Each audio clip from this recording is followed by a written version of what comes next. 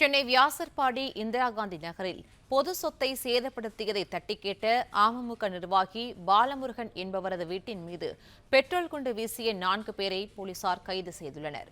கூடுதல் விவரங்களை செய்தியாளர் கதிரவன் வழங்க கேட்கலாம். கதிரவன், வணக்கம். இந்த கைது நடவடிக்கை தொடர்பான விவரங்களை பதிவு பண்ணலாம்.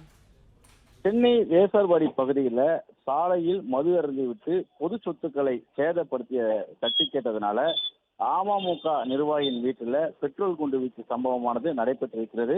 குறிப்பா பெட்ரோல் குண்டு வீசிவிட்டு அதை வீடியோவாக பதிவு செய்து சமூக வலைத்தளத்தில் பதிவிட திட்டமிட்டிருப்பதும் தெரிய வந்திருக்கிறது. மது போதையில் இது போன்ற சம்பவத்தில் ஈடுபட்டதும் அவர்கள் 4 நபர்களை போலீசார் கைது செய்திருப்பதாகவும் தகவல்கள் கிடைக்கப்பட்டிருக்கிறது.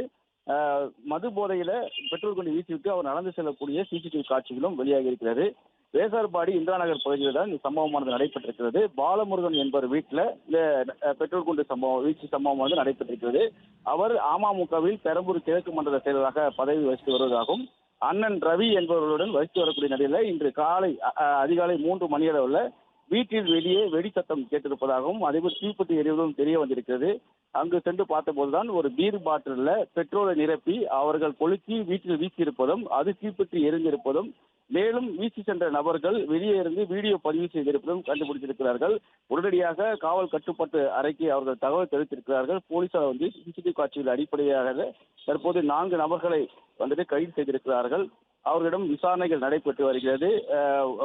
ஒருவர் மோனிஷ் என்பதும் மற்றொருவர் சந்தோஷ் என்பதும் தனுஷ் மற்றும் ஸ்ரீபன் ஆகிய 4 பேரை கைது செய்திருக்கிறார்கள். இவர்களிடம் விசாரணை மேற்கொண்ட போதுதான் தங்கள் மது போதையில் நகலை செய்த போது இவர்கள் தட்டி கேட்டதாகவும் அதனால் 2 பேருக்கும் வாக்குவாதம் ஏற்பட்டதனால மது போதையில் இவர்களை பழிவாங்கும் எண்ணத்தில் இது போன்ற பெட்ரோல் நிரப்பி வீசி சென்று விட்டதும் தெரிய வந்திருக்கிறது. ஸ்ரீபெரும்புத்தூர் அருகே வைத்து இவர்களை கைது செய்திருப்பதும் தெரிய வந்திருக்கிறது. தற்போது அவர்கள் தொடர்பான சிசிடிவி காட்சிகள் வெளியாக இருக்குது. 4 நபரிடம் விசாரணை நடைபெற்று வருவதாகவும் போலீசார் தரப்பில் தெரிவிக்கப்படுகிறது. விவரங்களுக்கு நன்றி கதிரவன். பிளே ஸ்டோர் மற்றும் ஆப் ஸ்டோரில் இருந்து பாலிமர் செயலியை QR கோடு மூலம் பதிவிறக்கம் செய்யுங்கள். செய்திகளை உடனுக்குடன் பெறுங்கள்.